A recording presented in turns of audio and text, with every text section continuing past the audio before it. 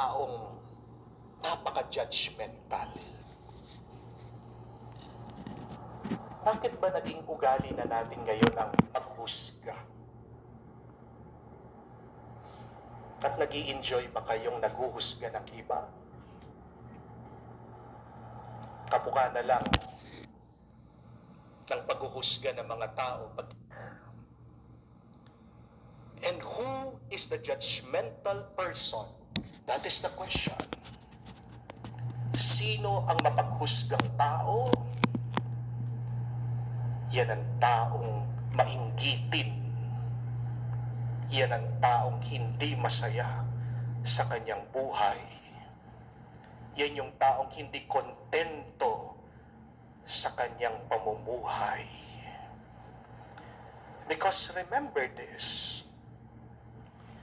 if somebody is happy with themselves, if somebody is enjoying their life, kung ang isang tao kontento sa buhay niya, wala silang panahon, wala silang oras para tignan yung pagkakamali.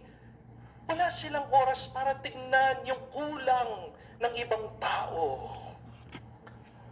Wala silang panahon para tignan yung imperfection ng buhay ng ibang tao. Yan yung tandaan niyo.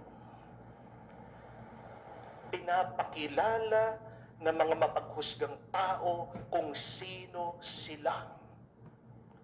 Sila'y mga taong hindi masaya, malungkot, miserable, mga inggitin.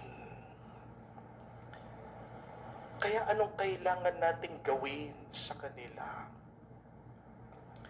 More than ignoring their opinion, more than ignoring their judgment,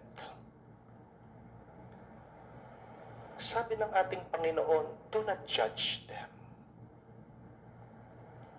But instead, we try to understand them. Pray for them. Pagdasal mo mga taong ito, kawawa sila. Huwag mo silang huhusgahan. Kasi malungkot na nga yung buhay nila. Huwag mo nang dadagdagan yung masama na nararanasan nila. Ang kailangan nila, awa. Ang kailangan nila, bendisyon at grasya sa Diyos. Pagdasal mo, punuin sila ng bendisyon at grasya ng Diyos para tumigil sila sa kanilang paghuhusga. Pray for their happiness.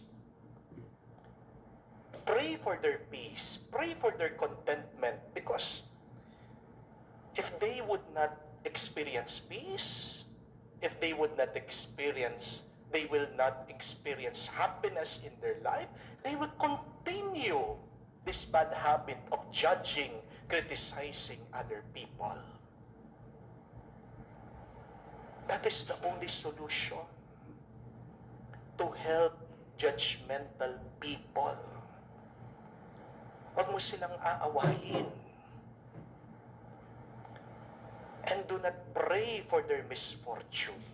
Huwag mo pagdadasal na malasin sila sa buhay.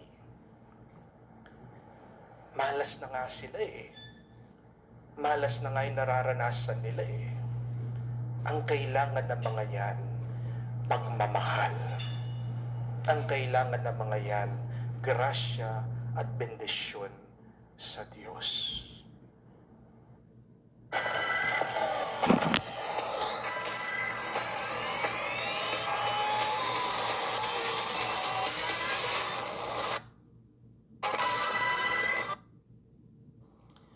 We are also invited to evaluate ourselves. Suriin ang ating mga sarili. Tingnan niyo po yung ugali niyo. Baka nagiging judgmental ka na rin sa ibang tao. Yan din yung sinasabi ni Jesus. Look at your eye.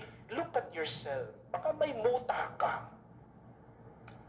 Bago mo tignan yung muta, yung dumi sa ibang tao, alam mo na, pag ikaw ay naghuhusga sa iba, anong ibig sabihin? Yan ay tanda na hindi ka masaya sa iyong buhay. Yan ang tanda, hindi ka kontento sa iyong buhay. Tanungin mo yung sarili mo, ano ba yung problema mo ngayon sa iyong buhay? Saan ba merong kulang ngayon sa iyong buhay? Bakit hindi ka masaya? At ipagdasal mo yan sa Diyos.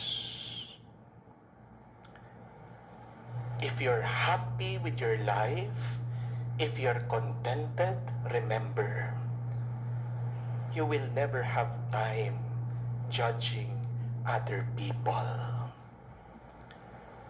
So, let us always thank God for the many blessings and graces that we receive in our life. Remember this, there is always something to thank the Lord for. There is something always, there's something always good in our life to celebrate and be happy for. Focus on that. Yun yung tignan mo at mawawala yung ugali ng paghuhusga at paglalait sa iba. Amen? Lord, help us to focus on our blessings. Help us that we may celebrate this life that you have given us. And we ask you to bless judgmental people because we now know they are miserable people. They are unhappy people. This we ask through Christ our Lord. Amen. May isa pong kwento tungkol